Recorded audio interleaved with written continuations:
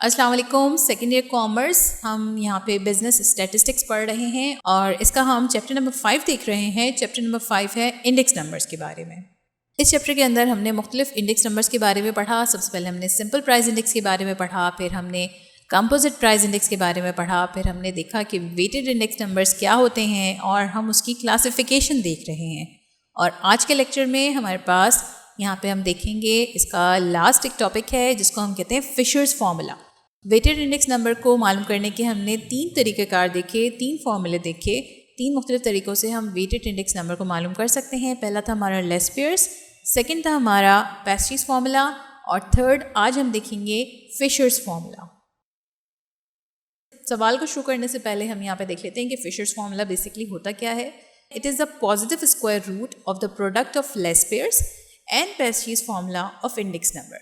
यानी कि जब हम लेस्पियर्स और पैस्ट्रीज फार्मूले का स्क्वायर रूट ले लेते हैं तो वो चीज़ जो हमारे पास जो उसका आंसर आता है वो चीज़ हमारी कहलाती है फिशर्स इंडेक्स नंबर्स। अब ये सब काम होगा कैसे, इसके लिए फॉर्मूला आपको गिवन है F is equals to PON is equals to L into P। ठीक है, L for Laspeyres, P for Paasche's. अगर आपको इसको यहाँ पे समझ में नहीं आ रहा हो तो आपने सिंपली इसमें देखना है कि एक और फॉर्मूला यहाँ पे राइट हैंड पे दिया गया है जिसके अंदर कहा जा रहा है sum of PNQO divide by POQO multiply by sum of PNQN divided by POQN और फिर इन सबको हमने मल्टीप्लाई कर देना है 100 से। ठीक है, यानी कि लेस्पियर्स को मल्टीप्लाई करेंगे जब हम पैस्ट्रीज से, उसके बाद इसका रूट ले लेंगे और मल्टीप्लाई कर देंगे 100 से, तो वो चीज़ हमारी कहलाएगी फिशर्स फार्मूला। ठीक है, आप लेस्पियर्स को भी समझ चुके हैं कि किस तरह से करना है, आप पैस्ट्रीज को भी समझ चुके हैं कि किस तरह से करना है। ये एक सिंपल सा आप ये समझ लीजिए कि यहाँ पे हम उन दोनों फॉर्मूले को कंबाइन करके जो चीज़ मालूम करते हैं वो फिशर्स प्राइस इंडेक्स कहलाता है। सेम क्वांटिटीज़ यहाँ पे सेम वही दी हुई हैं। PN हमारे पास प्राइस ऑफ करंट ईयर है, PO हमारे पास प्राइस ऑफ बेस ईयर है, QO यहाँ पे हमारे पास क्वांटिटी ऑफ बेस ईयर है और QN यहाँ पे हमें दिया हुआ है क्वांटिटी ऑफ करंट ईयर। सवाल मैंने यहाँ पे लिया है 5.47 और 5.47 के अंदर कहा जा रहा है calculate the Fisher's price index for the following data. Commodities दी हुई है हमें ABC, क्वांटिटी दी हुई है 1975 की क्वांटिटीज़ दी हुई हैं और 1976 की क्वांटिटीज़ दी हुई हैं। इसके बराबर वाले कॉलम में आप देख रहे हैं प्राइजेस दी हुई हैं, यानी कि 1975 की प्राइजेस दी हुई हैं और 1976 की प्राइजेस दी हुई हैं। ये हमारे पास जो गिवन डेटा था ये मैंने आपके सामने रख दिया। अब इस डेटा को हमने, ये जो फॉर्मूले आपके पास गिवन हैं, इन फॉर्मूले के ज़रिए हमने इस डेटा को यूज़ करते हुए इस फॉर्मूले के अंदर तमाम वैल्यूज़ को पुट करके फिशर्स प्राइस इंडेक्स मालूम करना है। फॉर्मूला याद हो जाता है तो तमाम चीज़ें समझें आधा काम हमारा मुकम्मल हो चुका होता है। और लेस्पियर्स और पैस्ट्रीज फॉर्मूले को बार बार प्रैक्टिस करने के बाद आप लोग जब फिशर्स प्राइस इंडेक्स पे आएंगे तो ये बात बिल्कुल यकीनी है कि उसको बार बार अगर आपने तमाम सवालात उसके सॉल्व किए हैं तो खुद ब खुद ऑटोमेटिकली आपको याद हो जाता है फॉर्मूला। और फिर फिशर्स फार्मूला यूज़ करना जो है वो कोई मुश्किल काम नहीं रहता, क्योंकि सिंपली हमने उसी फॉर्मूले को, दोनों फॉर्मूले को कंबाइन करके एक स्क्वायर रूट के अंदर रखना है, मल्टीप्लाई कर देना है 100 से।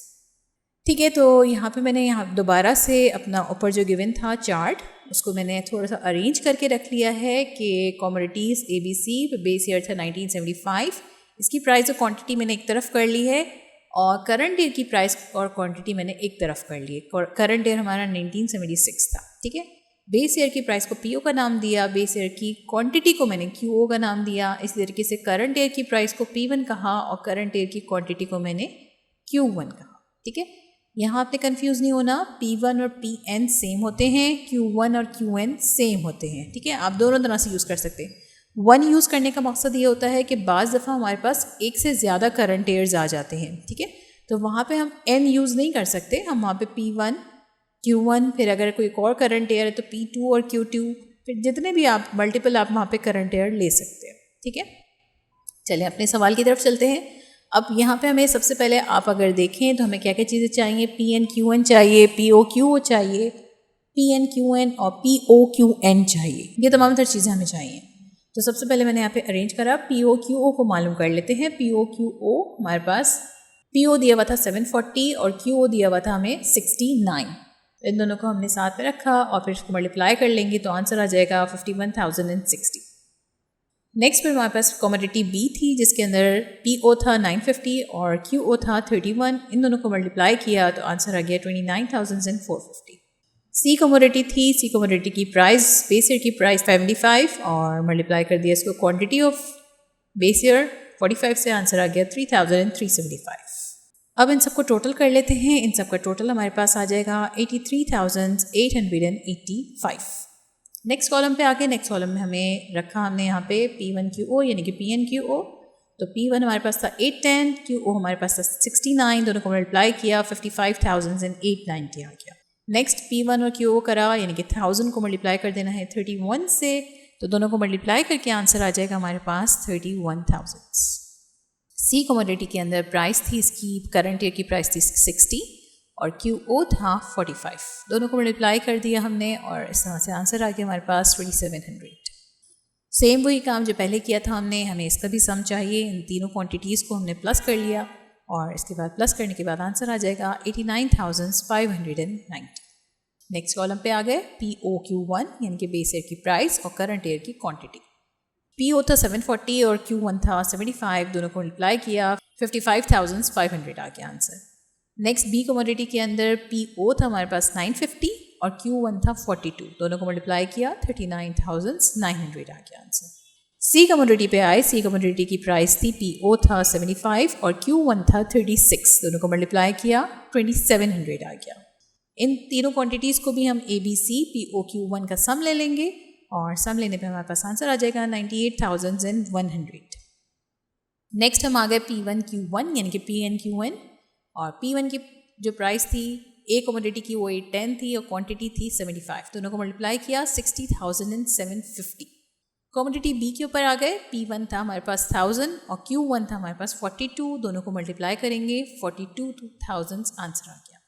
कमोडिटी C पे आ गए, 60 इसकी प्राइस थी यानी कि P1 था और Q1 था 36, दोनों को मल्टीप्लाई किया 2160 आ गया। इन तीनों को भी हम आपस में प्लस कर लेंगे और इस तरह से हमारे पास PNQN यानी कि P1Q1 का आंसर आ जाएगा 1,04,910। अब हमने फॉर्मूले के अंदर इन तमाम वैल्यूज़ को रखना है, हमें अलग अलग सब चीज़ों का पता चल गया है। PNQO अगर आप देखें तो हमारे पास आया था 89590, वो मैंने रखा पहले, और इसको हमने डिवाइड करना है सम ऑफ POQO, ठीक है। तो वो फर्स्ट कॉलम के अंदर आ रहा है 83885, वो मैंने रखा और फिर ये दोनों क्वांटिटीज़ डिवाइड होने के बाद मल्टीप्लाई हो रही हैं PNQN से। PNQN क्या है हमारे पास 104,910 और इसको डिवाइड कर देना है POQN से जो क्या आया था 98,100। जब ये सब चीज़ें रख ली, लास्ट में हमारे पास मल्टीप्लाई हो रहा था 100, वो मैंने यहाँ पे रख दिया। अब सिंपली आपने इन दोनों फर्स्ट क्वांटिटीज़ को आपस में डिवाइड कर लेना है, फिर मल्टीप्लाई कर देना है, सेकंड दूसरी जो वैल्यूज़ थी उनको आपस में डिवाइड करके लिख लेना है। तो फर्स्ट डिवीजन किया मैंने, 89590 को डिवाइड कर दिया 83885 से, तो आंसर आ गया 1.068। सेम इसी तरीके से 104,910 को जब मैंने डिवाइड किया 98,100 से, तो आंसर आ जाएगा हमारे पास 1.069, ठीक है। अब मल्टीप्लाई 100 बाहर हमारे पास मौजूद था, उसको एज इट इज़ यहाँ पे लिख लिया है। दोनों को आपस में इन वैल्यूज़ को मल्टीप्लाई करेंगे यानी कि 1.068 मल्टीप्लाई बाय 1.069, तो आंसर आ जाएगा हमारे पास 1.1421, ठीक है। ये अंडर रूट के अंदर है अभी, तो आपने अब सिंपली इसका रूट ले लेना है यानी कि अंडर रूट 1.1421 करेंगे आपने कैलकुलेटर पे, तो आंसर आ जाएगा 1.068 और इस वैल्यू को हमने मल्टीप्लाई कर देना है 100 के साथ और 100 के साथ मल्टीप्लाई करने के बाद आंसर आपका आ जाएगा 106.86। ये हमारा कहलाएगा फिशर्स प्राइस इंडेक्स। उम्मीद है ये लेक्चर भी आपको अच्छी तरीके से समझ आया होगा और यहाँ पे हमारा चैप्टर नंबर 5 आज कंप्लीट हो गया है। हमने तमाम टॉपिक्स को अलग अलग सारे सेक्शंस में डिवाइड कर दिया है। आपको जिस टॉपिक में भी कोई भी प्रॉब्लम हो रही है तो आपने सिंपली हमारी प्लेलिस्ट में जाना है और वहाँ से आपने सिलेक्ट करना है कि जिस चीज़ के बारे में भी आपने समझना है वो ईज़िली आपको अवेलेबल है। मज़ीद इस चैप्टर के हवाले से कोई भी कन्फ्यूजन है तो आपने हमसे फेसबुक, इंस्टाग्राम, कमेंट सेक्शन या फिर इस ईमेल एड्रेस पे पूछना है। और अगर ये वीडियो पसंद आई है तो इस वीडियो को लाइक ज़रूर करें, शेयर ज़रूर करें और हमारे चैनल को सब्सक्राइब ज़रूर करें। अल्लाह हाफ़िज़।